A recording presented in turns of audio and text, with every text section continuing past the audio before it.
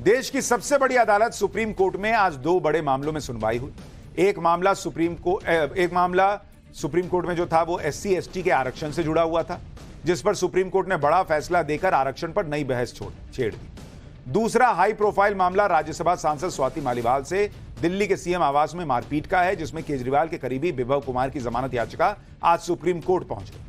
इन दोनों ही मामलों में सुप्रीम कोर्ट में जो हुआ उसने देश की राजनीति में नए फ्लड गेट्स खोल दिए। दोनों मामलों की सुनवाई में जो हुआ उसने इंडी गठबंधन के दो बड़े नैरेटिव को एक्सपोज कर दिया। पहला नैरेटिव यह कि इंडी गठबंधन चुनाव के बाद यही मॉल बना रहा है, चुनाव से लेकर अभी तक यही मॉल बना रहा था कि मोदी सरकार आरक्षण विरोधी है, वो आरक्षण खत्म कर देगी। लेकिन आज सुप्रीम कोर्ट में मोदी सरकार ने ऑन रिकॉर्ड आरक्षण को लेकर जो कहा, उससे इंडी गठबंधन के इकोसिस्टम का सारा एजेंडा ध्वस्त हो जाएगा और इसकी डिटेल अभी आपको आगे बताऊं। दूसरा ये इंडी गठबंधन का माहौल था कि भाई महिला विरोधी चेहरा जो है उनका वो आज सामने आ गया, क्योंकि जिस अरविंद केजरीवाल को बचाने के लिए इंडी गठबंधन जंतर मंतर पर पसीना बहा रहा था, वो अरविंद केजरीवाल अपने यहां ऐसे व्यक्ति को पनाह दे रहे थे जो उन्हीं की महिला सांसद से मारपीट का आरोपी है। और आज सुप्रीम कोर्ट ने स्वाति मालीवाल से मारपीट के मामले में केजरीवाल के करीबी विभव कुमार को हत्यारे और रेपिस्ट से भी ज्यादा खतरनाक बता दिया एक तरीके से।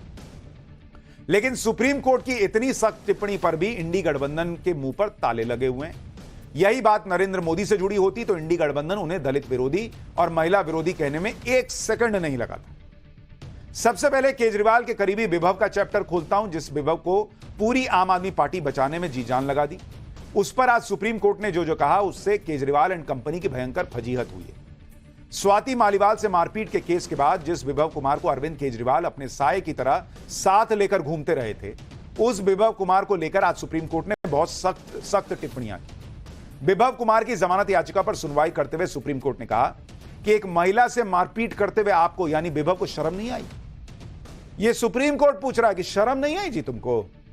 कोर्ट ने कहा कि हमने कॉन्ट्रैक्ट किलर या रेप के आरोपी को भी बेल दिए भाई, लेकिन इस मामले में किस तरह की नैतिक दृढ़ता है।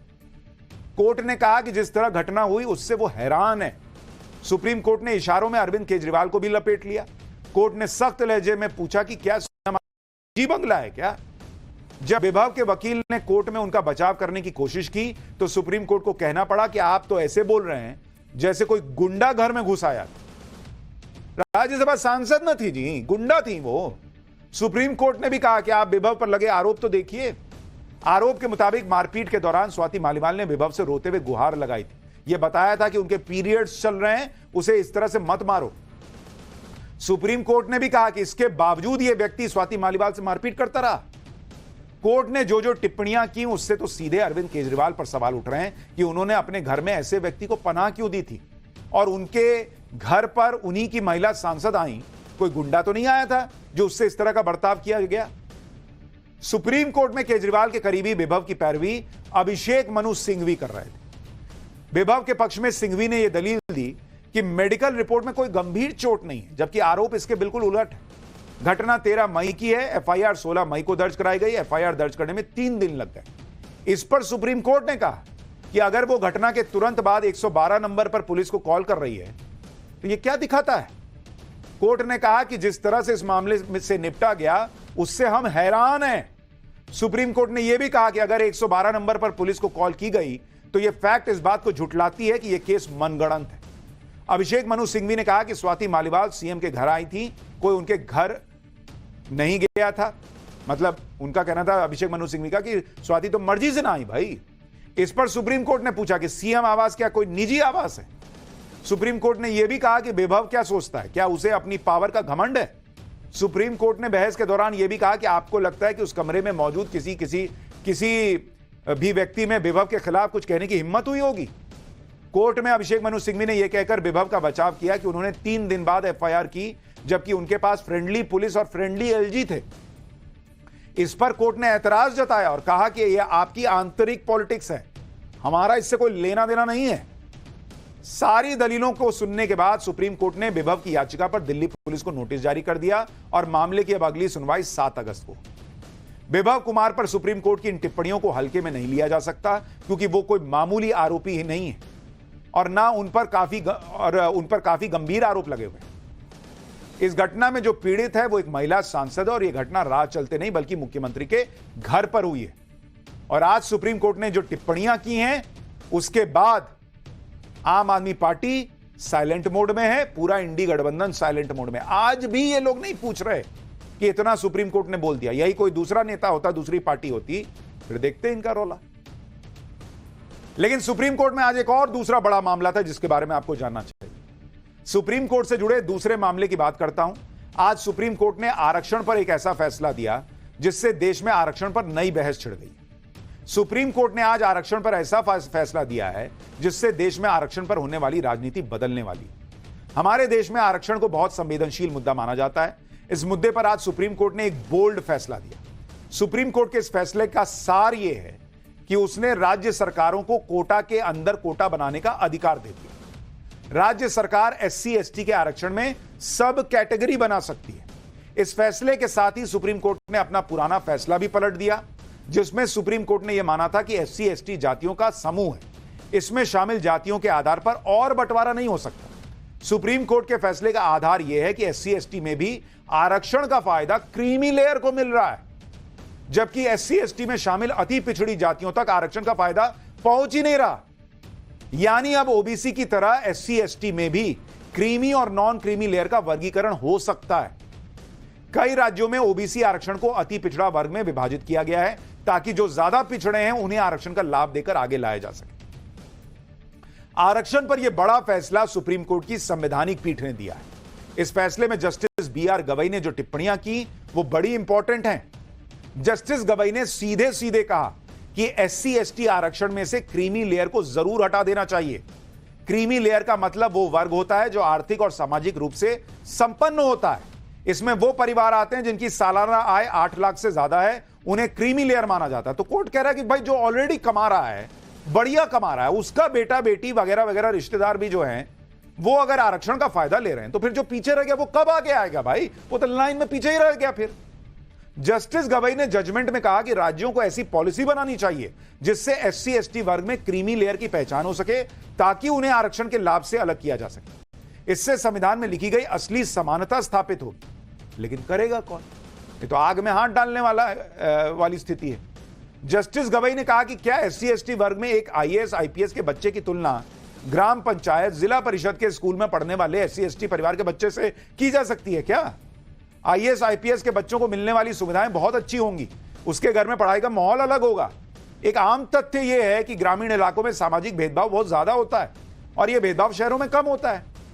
जस्टिस गवई ने कहा कि मुझे यह बात कहने में कोई हिचक नहीं है कि अगर एक बच्चा जो सेंट पॉल हाई स्कूल या सेंट स्टीफन कॉलेज में पढ़ता है और एक बच्चा जो गांव में पढ़ता है, अगर दोनों को एक ही ब्रैकेट में रखा जाता है तो यह संविधान में समानता के अधिकार को खत्म करने जैसा है। लेकिन जो लोग आरक्षण का फायदा लेकर ऊपर चले गए वो अपने बच्चों को भी वही फायदा दिला रहे हैं, वो छोड़ने को तैयार नहीं है। आरक्षण पे कोई चर्चा ही करने को तैयार नहीं है। आरक्षण खत्म करने के लिए नहीं कहा जा रहा जिसको जरूरत है उसको तो दो। जो ले लेके आगे बढ़ गया वही लिए जा रहा है, पीछे वाले को आगे ही नहीं आने दे रहा। यहां ध्यान देने वाली बात यह है कि जस्टिस गवई खुद दलित समुदाय से आते हैं और उन्होंने आज इस फैसले में जो बातें कही उसकी बड़ी चर्चा हो रही है। अब आपको इस सुनवाई में शामिल जस्टिस पंकज मित्तल की टिप्पणी के बारे में बताता हूं। उन्होंने भी एक बड़ी अहम बात कही। जस्टिस मित्तल ने तो यहां तक कह दिया कि आरक्षण के पूरे सिस्टम को ही फ्रेश लुक देने की जरूरत है। कई नए तरीकों की जरूरत है जिससे एससी एसटी ओबीसी के अंदर वंचित पिछड़े वर्ग को आगे बढ़ाया जा सके। बहुत वक्त से कोई नया तरीका न लाया गया है न अपनाया गया है। जस्टिस मित्तल ने कहा कि आरक्षण केवल पहली पीढ़ी तक ही सीमित होना चाहिए। पहली पीढ़ी का कोई सदस्य आरक्षण के माध्यम से उच्च स्थिति तक पहुंच गया है तो दूसरी पीढ़ी को आरक्षण का हकदार नहीं होना चाहिए। भाई एक को मिल गया, वो ऊपर गया, उसके बाद सुविधाएं आ गई, वो नीचे फिर बाकी सुविधाएं देगा अपने लोगों को। जो पीछे रह गया उसको अब अगला मौका दो। यही लोग लाइन में आगे खड़े रहेंगे तो पीछे वाला कब आगे आएगा? मेन पर्पस यह है। आरक्षण पर दिए गए अपने फैसले में जस्टिस पंकज मित्तल ने आगे बहुत अहम बात कही जिसकी बड़ी चर्चा भी है। उन्होंने कहा कि जहां तक ग्रंथों जैसे गीता को लेकर मेरी जानकारी है, प्राचीन भारत में जाति व्यवस्था नहीं थी, बल्कि लोगों का उनके पेशे, प्रतिभा, गुणों और स्वभाव के अनुसार वर्गीकरण किया गया था। प्राचीन भारत में जाति व्यवस्था नहीं थी, वर्ण व्यवस्था को गलत तरीके से समझा गया, जबकि वर्ण व्यवस्था आज की जाति व्यवस्था से अलग है। संविधान को अपनाने के साथ ही हमने फिर से जाति विहीन समाज की ओर कदम बढ़ाने की कोशिश की, लेकिन दलित और पिछड़े वर्गों के उत्थान के लिए सामाजिक कल्याण के नाम पर हम फिर से जाति व्यवस्था के जाल में फंस गए। यह आम समझ है कि किसी वर्ग को खुश करने के लिए एक बार जो दिया जाता है उसे वापस नहीं लिया जा सकता। संविधान के तहत आरक्षित वर्ग के लोगों को दिए गए लाभ भी वापस नहीं लिए जा सकते। एक बार दी गई हर रियायत किशमिश गुब्बारे की तरह फूलती चली जाती है। आरक्षण की नीति के साथ भी यही हुआ। आरक्षण के क्रियान्वयन से जातिवाद फिर से पनपता है। आरक्षण ओबीसी, एससी, एसटी की स्थिति को बेहतर बनाने या मदद करने के तरीकों में से एक है। जो कोई भी तथाकथित दलित वर्गों या दलितों या समाज के हाशिए पर पड़े लोगों की मदद करने का कोई दूसरा या बेहतर तरीका सुझाता है, उसे तुरंत दलित विरोधी करार दे दिया जाता है। और यह हो रहा है। आप बोल के देखिए, इतनी सी बात बोल के देखिए कि भाई जो पीछे है उसको आगे आने दो, जिसको एक बार आरक्षण मिल गया उसको साइड करो, या आरक्षण का लाभ मिल गया उसको साइड करो। बाप रे बाप, लोग एकदम आपके पीछे पड़ जाएंगे। ऊपरी जाति के हो, अच्छा इसलिए ऐसा बोल रहे हो, अरे दलित विरोधी हो। यही आज कोर्ट में जज ने भी कह दिया कि जरा सा कोई कुछ नया फ्रेश बोल दे तो लोग पीछे पड़ जाते हैं। यहां एक बात यह भी समझना जरूरी है कि कोई भी राज्य सरकार अपने मन मुताबिक कोटा के अंदर कोटा की व्यवस्था नहीं कर सकती। उसे दो चीजों का ध्यान रखना होगा। पहला यह कि एससी एसटी में किसी एक जाति को 100% कोटा नहीं दिया जा सकता। दूसरा यह कि एससी एसटी में शामिल किसी जाति का कोटा तय करने से पहले उसकी हिस्सेदारी का पुख्ता डेटा होना चाहिए। सुप्रीम कोर्ट यह भी कह रहा है कि राज्यों के फैसले को रिव्यू भी किया जा सकता है। आरक्षण पर सुनवाई के दौरान आज इंडी गठबंधन का वो एजेंडा भी ध्वस्त हो गया जिसमें वो पीएम मोदी को आरक्षण विरोधी बताते हैं, क्योंकि आज मोदी सरकार ने ऑन रिकॉर्ड सुप्रीम कोर्ट में यह साफ कहा कि वो एससी एसटी में सब क्लासिफिकेशन यानी उप वर्गीकरण के पक्ष में। यानी नरेंद्र मोदी सरकार ने कोर्ट में यह कहीं नहीं कहा कि वो आरक्षण खत्म करना चाहते हैं आरक्षण के खिलाफ। वो कह रहे हैं कि भाई जो क्रीमी लेयर है ठीक है, बाकी लोगों को फायदा मिले, दूसरे उसका वर्गीकरण हो, कोटे में कोटा हो, इसके साथ सरकार खड़ी है, आरक्षण के खिलाफ नहीं है। आरक्षण हमारे देश में राजनीति का फेवरेट टॉपिक रहा है, इसलिए ऐसा हो ही नहीं सकता कि इस फैसले पर राजनीति ना हो। लेकिन अभी हर पार्टी इस पर बहुत संभल कर बोल रही है। हो सकता है कि सब पार्टियां फैसले के सियासी असर की समीक्षा कर रही हैं। इस फैसले से जाति जनगणना की मांग तेज हो सकती है। यह तर्क दिया जा सकता है कि कौन सा वर्ग कितना संपन्न है, यह तो जनगणना से ही पता चलेगा। ऐसा भी हो सकता है कि एससी एसटी में अलग अलग समूह अपनी अपनी हिस्सेदारी की मांग तेज करें। इससे राज्य सरकारों पर प्रेशर बढ़ सकता है। वोट बैंक की पॉलिटिक्स भी तेज हो सकती है। सामाजिक आर्थिक तौर पर इस फैसले को अच्छा फैसला कहा जा सकता है, लेकिन इसके पॉलिटिकल मिसयूज की आशंका से इनकार नहीं किया जा सकता। लेकिन इस फैसले को लागू करने के लिए भी राजनीतिक इच्छा शक्ति लगेगी, जो इस देश में कितने नेताओं के पास है, यह बड़ा सवाल है। हां, कुछ लोगों के पास इच्छा शक्ति की कमी नहीं, और उनमें एक नाम योगी आदित्यनाथ का है। पाठशाला में अब अगली क्लास। अयोध्या में सपा नेता पर रेप का आरोप। सीएम योगी का रौद्र रूप कैसे सामने आया। मिट्टी में मिला दूंगा के बाद योगी का बुलडोजर किसका जीना हराम करने को तैयार है। और सीएम योगी ने सुनाई ऐसी कहानी, खटाखट वालों की पॉलिटिक्स कैसे सफाचट हो गई। अब इसका जानिए।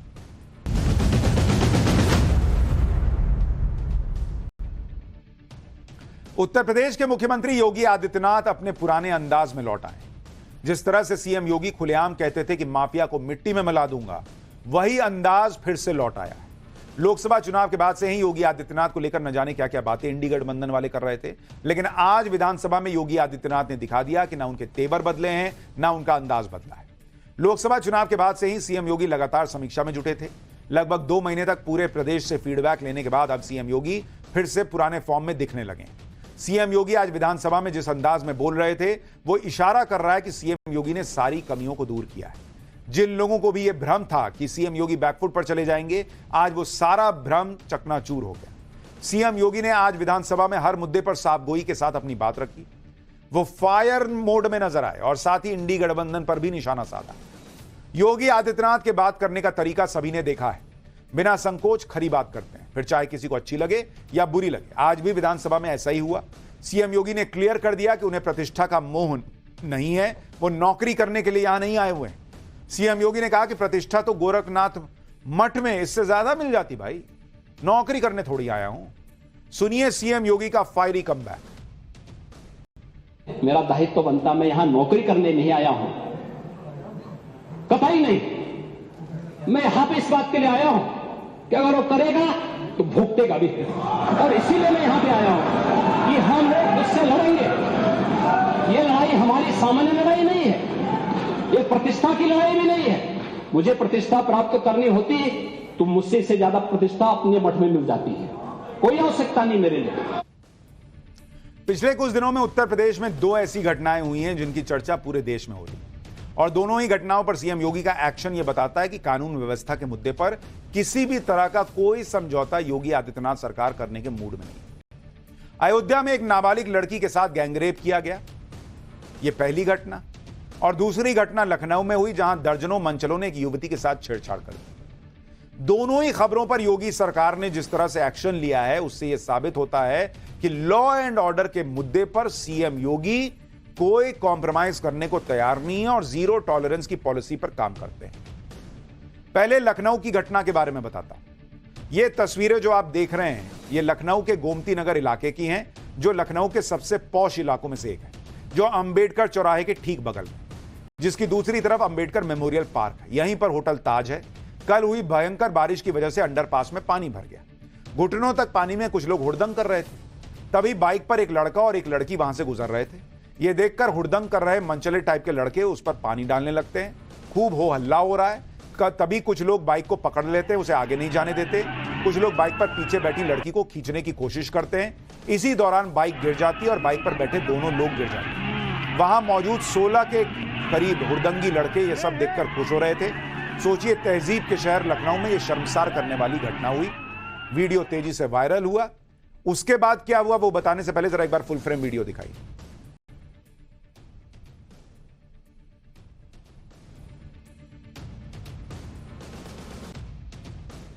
ये तस्वीर देखिए, मतलब वो वहां लड़के जो है वो पानी फेंकना शुरू करते हैं। बारिश बाइक गुजर रही थी तो, और उसका बैलेंस बिगड़ता है। फिर बाइक को रोक दिया जाता है और फिर इतना पानी फेंकते हैं कि भाई बैलेंस कैसे बनेगा। तो लड़की जो पीछे बैठी हुई है वो नीचे पानी में गिर जाती है। अब ये जो घटना हुई इसका वीडियो जैसे ही वायरल हुआ, उस वीडियो के आधार पर पुलिस ने फौरन कार्रवाई के आदेश दिए, जिसके बाद पुलिस ने हुड़दंग करने वाले आरोपियों की पहचान शुरू की और 4 आरोपियों को तो तुरंत गिरफ्तार कर लिया, जो अंदर हाथ जोड़ कर बैठा हुआ है। यह तस्वीर गिरफ्तार किए गए आरोपियों की है जो सलाखों के पीछे दिख रहे हैं। 24 घंटे के अंदर पुलिस ने आरोपियों के खिलाफ एक्शन लेना शुरू किया। जो मनचले थे उनकी सारी गर्मी उतार दी। जो आरोपी गिरफ्तार किए गए हैं उनमें मोहम्मद अरबाज शामिल है, पवन यादव शामिल है, विराज साहू है और सुनील कुमार। आरोपियों के खिलाफ धारा 191 सेक्शन 2 लगा दी गई है, 3 सेक्शन 5, 272, 285 और 74 लगा दी गई है। महिला की गरिमा को ठेस पहुंचाने, लज्जा भंग संबंधी भारतीय न्याय संहिता की धारा 203 के तहत रिपोर्ट दर्ज 2023 के तहत रिपोर्ट दर्ज की गई। आज विधानसभा में सीएम योगी ने इस घटना पर बोलते हुए कहा कि जो आरोपी गिरफ्तार हुए हैं उनके खिलाफ बुलेट ट्रेन वाली कार्रवाई की तैयारी हो रही है। सुनिए जरा सीएम योगी ने कैसे क्लियर कर दिया कि यूपी में यह सब मत करना बॉस, बुलेट ट्रेन चला दूंगा। सुनिए सीएम को, फिर उसके बाद बताऊंगा कि इस मामले में पुलिस कर्मियों पर क्या एक्शन हुआ है। प्रदेश के अंदर खिलवाड़ करने की किसी को जरूरत नहीं होगी। और कल की जो गोमती नगर की घटना है उस घटना में भी हम लोगों ने जवाबदेही तय की है। उसके अपराधियों की सूची भी मेरे पास आई है। ये अपराधी हैं, पहला अपराधी है पवन यादव, दूसरा अपराधी है मोहम्मद अरबाज। ये सद्भावना वाले लोग हैं, यानी सद्भावना। अब इनके लिए सद्भावना ट्रेन चलाएंगे, इनके लिए बुलेट ट्रेन चलेगी, चिंता मत करो। और उस बुलेट ट्रेन की तैयारी की जा रही है। लखनऊ में छेड़छाड़ की इस घटना के बाद सीएम योगी गजब एक्शन ले रहे हैं। छेड़छाड़ करने वाले आरोपियों को गिरफ्तार किया जा रहा है, साथ ही पुलिस की भी जवाबदेही तय कर दी गई। ये नहीं कि अरे इनको अरेस्ट कर लो, पुलिस से भाई कि तुम्हारा डर खत्म हो गया क्या? कानून व्यवस्था का डर खत्म हो गया है क्या? फिर तुम किस बात के वहां पर? इस घटना पर सीएम योगी इतना गंभीर हैं कि लखनऊ के डीसीपी पूर्व प्रबल प्रताप सिंह, एडीसीपी पूर्व अमित कुमावत, एसीपी गोमती नगर अंशु जैन, सबको हटा दिया कि तुम किस बात के वहां कुर्सी पर बैठे हो कि ऐसे मनचले जो हैं वो दिन दहाड़े सड़क पर ये सब कर रहे हैं। इसके अलावा गोमती नगर के इंस्पेक्टर दीपक कुमार पांडे, समता मूलक चौकी के इंचार्ज ऋषि विवेक और दरोगा कपिल कुमार के साथ चौकी के सभी पुलिसकर्मियों को निलंबित कर दिया योगी सरकार ने। सीएम योगी ने सीधा और क्लियर कट मैसेज दिया है कि हुड़दंग करने वालों, अपराध करने वालों को किसी कीमत पर छोड़ा नहीं जाएगा और लापरवाही बरतने वाले अधिकारी कर्मचारियों के खिलाफ भी जबरदस्त एक्शन होगा। इसी तरह से अयोध्या में हुई घटना पर भी सीएम योगी के तेवर सख्त है। अयोध्या के भदरसा इलाके में एक नाबालिग लड़की से गैंगरेप का मामला सामने आया। गैंगरेप का आरोप समाजवादी पार्टी के नेता मोईद खान और उसके नौकर राजू पर लगा। आरोप है कि मोईद खान अपने नौकर के साथ मिलकर नाबालिग लड़की का काफी समय से दुष्कर्म कर रहा था। यह भी आरोप है कि इन दोनों ने नाबालिग लड़की के अश्लील वीडियो भी बनाए थे और फिर ब्लैकमेल भी कर रहे थे। दोनों आरोपी करीब 2.5 महीने तक नाबालिग के साथ गैंगरेप करते रहे। जब पीड़ित गर्भवती हुई तो मामला सामने आया। मामला खुलने के बाद पुलिस ने दोनों आरोपियों के खिलाफ एफआईआर दर्ज करके गिरफ्तारी कर ली। अयोध्या में नाबालिग से गैंगरेप के आरोपी मोईद खान का इलाके में दबदबा है। मोईद खान अयोध्या के भदरसा से समाजवादी पार्टी का नगर अध्यक्ष है और अयोध्या से ही समाजवादी पार्टी के सांसद अवधेश प्रसाद का करीबी बताया जाता है। बताया जा रहा है कि मोईद खान अवधेश प्रसाद की टीम में भी शामिल है। अवधेश प्रसाद के साथ आरोपी मोईद खान की तस्वीरें भी सामने आई हैं। लोकसभा चुनाव से पहले और चुनाव के बाद भी कई बार मोईद खान को अवधेश प्रसाद के साथ देखा गया था। जानकारी के मुताबिक मोईद खान की भदरसा इलाके में काफी प्रॉपर्टी है। कई बेकरी भी मोईद खान चलाता है। उसकी कई दुकानें भी हैं। आरोप है कि अपनी बेकरी में ही मोईद खान ने नाबालिग लड़की के साथ दुष्कर्म किया। जब इस घटना के बारे में समाजवादी पार्टी के सांसद अवधेश प्रसाद से सवाल किया गया तो वो बोल रहे हैं कि उन्हें कोई जानकारी नहीं है। सुनिए जरा अवधेश प्रसाद को। फिर गैंगरेप के आरोपी समाजवादी पार्टी के नेता मोईद खान की दबंगई की एक तस्वीर भी दिखाता हूं। मैं तो सीधे सदन से आ रहा हूं भैया। हाँ, अब जा रहे हैं, आवास पे जा रहे हैं, जानकारी लेंगे व्हाट इज रियलिटी, क्या है क्या नहीं, तभी तो बोल पाएंगे। ऐसे कैसे कह देंगे? सर बताया जा रहा है वो समाजवादी पार्टी का ही कार्यकर्ता है। अरे भाई हम कैसे कह दें? लेट मी इंक्वायरी, हमको जानकारी लेने दीजिए ना, तभी तो हम कुछ बात कर पाएंगे। अयोध्या के भदरसा के समाजवादी पार्टी नेता मोईद खान का रसूख कितना था वो आपको बताता हूं। भदरसा में मोईद खान के घर पर ही पुलिस चौकी चल रही थी। गैंगरेप के आरोपी मोईद खान के घर पर पुलिस चौकी कई सालों से चल रही थी और इसी वजह से जब पीड़ित परिवार पुलिस में शिकायत दर्ज कराने चौकी पर गया तो उनकी शिकायत भी दर्ज नहीं की गई। बाद में मामला बढ़ने पर एफआईआर हुई। वहीं आरोपी मोईद खान के घर से पुलिस चौकी को अब हटाकर भरत कुंड में शिफ्ट किया गया। इस मामले में अब कुछ पुलिसकर्मियों के खिलाफ भी एक्शन हो सकता है क्योंकि सीएम योगी के तेवर सख्त है। आज विधानसभा में सीएम योगी ने अयोध्या की घटना पर समाजवादी पार्टी को निशाने पर लिया। सीएम योगी ने समाजवादी पार्टी के सांसद अवधेश प्रसाद का नाम लेकर निशाना साधा और कहा कि गैंगरेप का आरोपी सपा सांसद के साथ उठता बैठता है। सुनिए सीएम को। अयोध्या में मोईन खान जो समाजवादी पार्टी का नेता है, अयोध्या के सांसद की टीम का सदस्य है, 12 वर्षीय एक नाबालिग बच्ची के साथ दुष्कर्म का कृत्य में शामिल पाया गया। अभी तक समाजवादी पार्टी ने उसके खिलाफ कार्रवाई नहीं की है। मैं ये नहीं समझ पा रहा हूं कि ये सब क्या है। अब क्या ये कोई समाजवादी पार्टी ना बोले? आपका एक्टिव मेंबर है, आपके सांसद के साथ बैठ रहा है, खा रहा है, उनके साथ चल रहा है, लेकिन इस प्रकार के, और यह अति पिछड़ी जाति से जुड़े हुए एक बालिका से जुड़ा हुआ मामला है और इस प्रकार की घटिया हरकत में वह लिप्त है, लेकिन तब भी उसको हल्केपन से उड़ाने का काम, यानी हल्केपन से लेने का काम होता है। कानून व्यवस्था के मुद्दे पर सीएम योगी के तेवर न बदले थे और न ही बदलने वाले। आज विधानसभा में सीएम योगी ने कहा कि प्रदेश में कानून का राज स्थापित करने की लड़ाई वो लड़ रहे हैं। योगी आदित्यनाथ ने कहा कि कर दिया कि यूपी में जो कोई भी अपराध करेगा, साफ कर दिया उन्होंने कि यूपी में जो कोई भी अपराध करेगा वो भुगतेगा।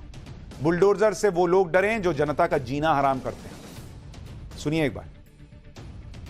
आपको बुलडोजर से डर लगता है, लेकिन ये निर्दोष के लिए नहीं है, उन्हीं अपराधियों के लिए है जो प्रदेश के नौजवानों के भविष्य के साथ खिलवाड़ करते हैं, जो प्रदेश के व्यापारी और बेटी की सुरक्षा में सेल लगाने का काम करते हैं, जो प्रदेश के अंदर अराजकता पैदा करके सामान्य लोगों का जीना हराम करते हैं। यानी योगी आदित्यनाथ ने क्लियर कर दिया, लॉ एंड ऑर्डर पर कोई कॉम्प्रोमाइज नहीं होगा, बुलडोजर चलेगा, सामान्य आम नागरिक पे नहीं चलेगा। जो आम नागरिक का जीना हराम करते हैं उन पर चलेगा। खबरों का सिलसिला हम आगे बढ़ाएंगे, एक छोटा सा ब्रेक ले रहे हैं और ब्रेक के बाद लखनऊ में जो छेड़छाड़ की घटना हुई थी उस पर एक बड़ा अपडेट आ रहा है। वो खबर इस छोटे से ब्रेक के बाद।